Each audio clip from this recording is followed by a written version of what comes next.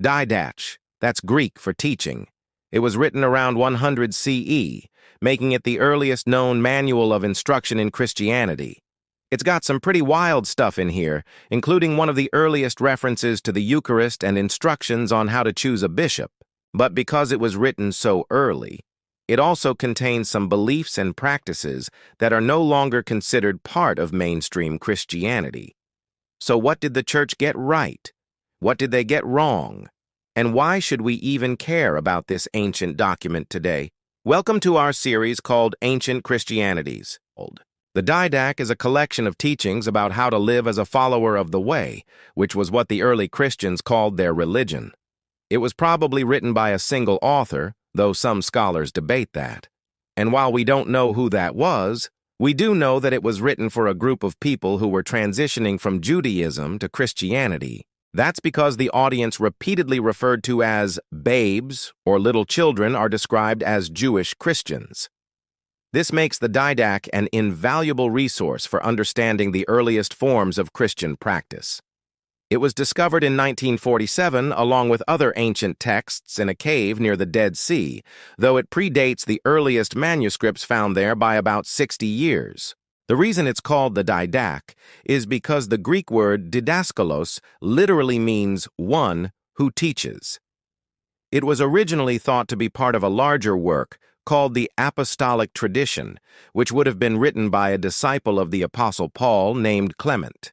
But now most scholars attribute it to an anonymous author within the early church. Scholars can tell that it was written very early in Christian history by looking at the contents. It refers to events that scholars believe must have happened before Paul's imprisonment in Rome, which was in the mid-60s CE.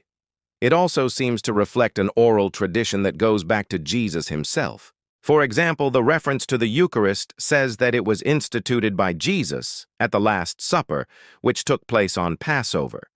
This detail is also mentioned in the Gospel of John, but it's not found anywhere else. Another interesting thing is that the author seems to assume that his audience knows the teachings of Jesus from the Our Father prayer to the Lord's Supper. This suggests that the Didache was written after the Gospels were composed, but before they were widely circulated throughout the church. Some scholars argue that this places the writing of the Didache somewhere between 50 and 100 CE. The Didache lays out a set of guidelines for how to live as a Christian.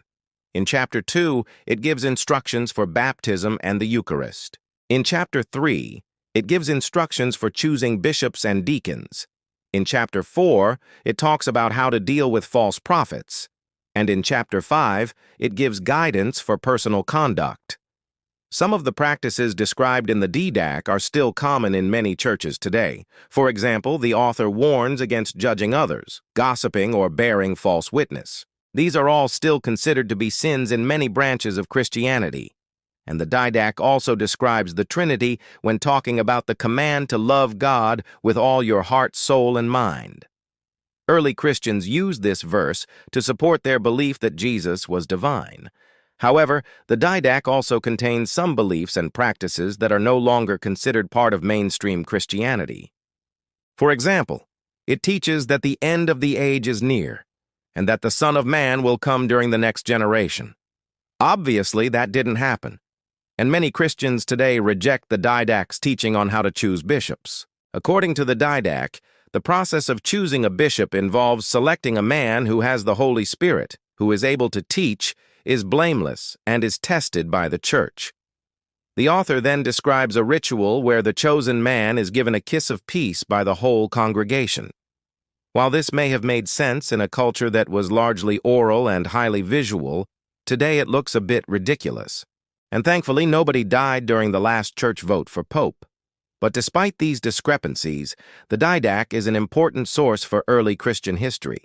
It helps us understand the development of Christian theology and practice and gives us insight into the culture and context in which the New Testament was written. If you enjoyed this episode and want to learn more about early Christianity, stay tuned.